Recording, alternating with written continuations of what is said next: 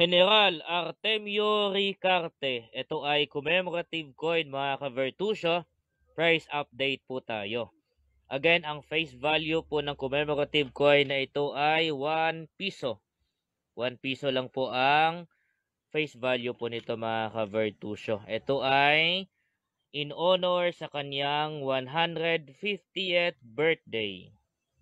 Ang mintage po nito ay pinaniniwala ang higit kumulang 20,000. Same din po doon sa kay Horacio de la Costa.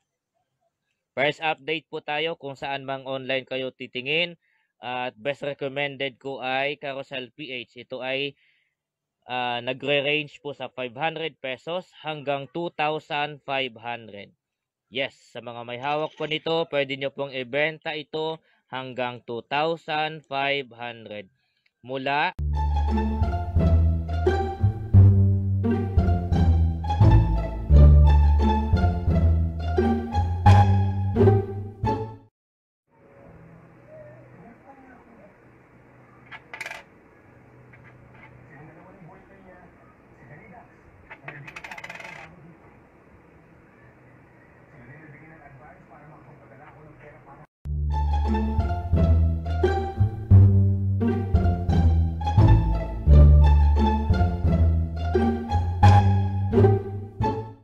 Alright, join me mga ka-Vertusio dahil ngayong araw napakaswerte po ng inyong lingkod dahil may kaibigan po tayo dito sa area lang at inalok po ako ng coin. Actually hindi niya na po ito pinabayaran po sa akin. At itong coin na ito ay hindi lang basta-basta mga ka-Vertusio po ha. Ito ay commemorative coin na ang bida po natin ay si Gat Andres Bonifacio. Yes po, ito ay commemorative coin. Ang bida po natin ay ang presidente ng Katipunan. At alam nyo ba mga ka-Vertusio na itong commemorative coin na ito ay umabot po ng 95,000 sa subastahan. Yes, legit po ito mga ka-Vertusio. Last November po ito. At kung ibebenta po natin online ang commemorative coin na ito, kahit tignan nyo pa po sa Carousel PH, ito po ay 3,000 hanggang 7,000 ang bentahan po nito. At legit po yan. Sa mga may hawak po nito, pwede nyo pong ibenta sa ganon na halaga. As for me, meron na ako. Yan. Thank you, thank you.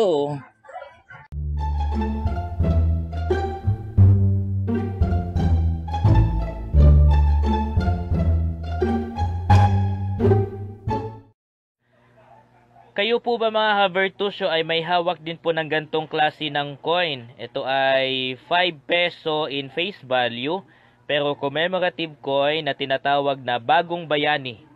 Yes, Bagong Bayani commemorative coin po ito.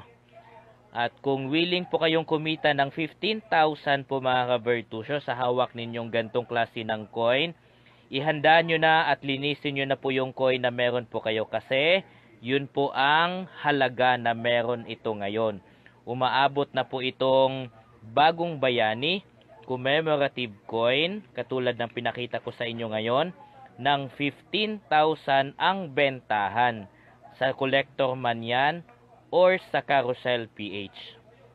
Again, ang presyo po nito ay naglalaro from 7K hanggang 15,000 ang bentahan nitong klase ng commemorative coin.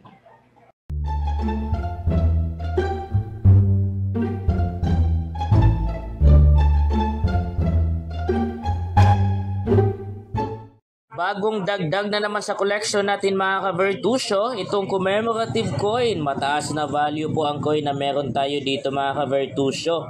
Ito ay commemorative coin na may face value na 10 piso or peso.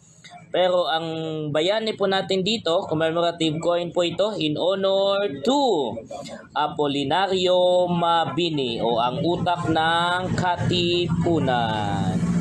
Yan. Apolinario Mabini po ito mga ka-Vertusio.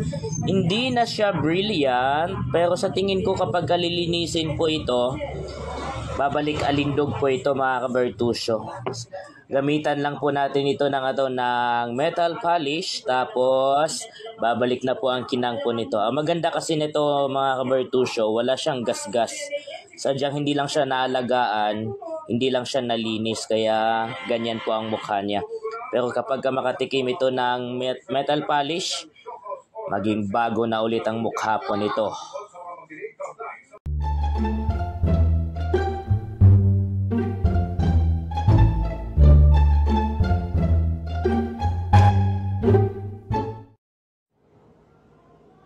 Price update po tayo sa 25 centavos na 1962. Lumang coin na po ito mga ka-Vertusio, very rare to find.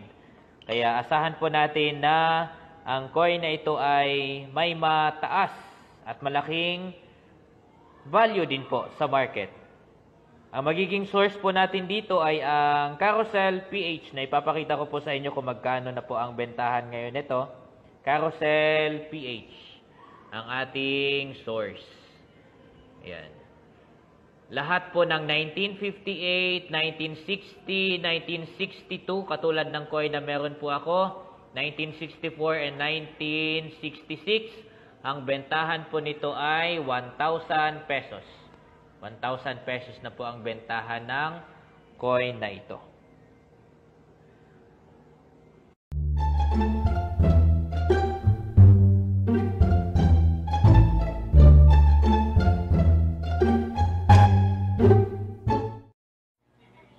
Sa mga nagtatanong po sa akin kung saan po pwedeng ibenta ang gantong klase ng commemorative coin, itong General Luna, lalo na at itong commemorative coin na ito ay isa sa mga masasabi nating may mataas na value among all created commemorative coins ng BSP.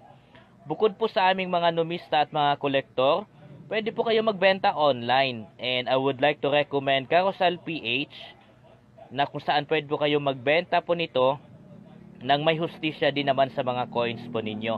Huwag lang doon masyado sa mga nagsasabi na very common coin lang ito or mababa lang ang presyo nito, kasi kapag mabili nila sa inyo yon tapos ibibenta nila ng sa kanila, lugi kayo doon. Kasi ito ay may mataas na value.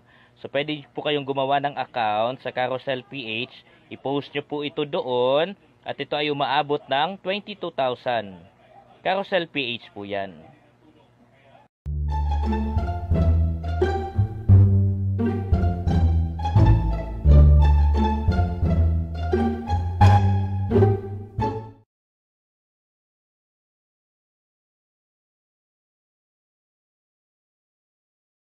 You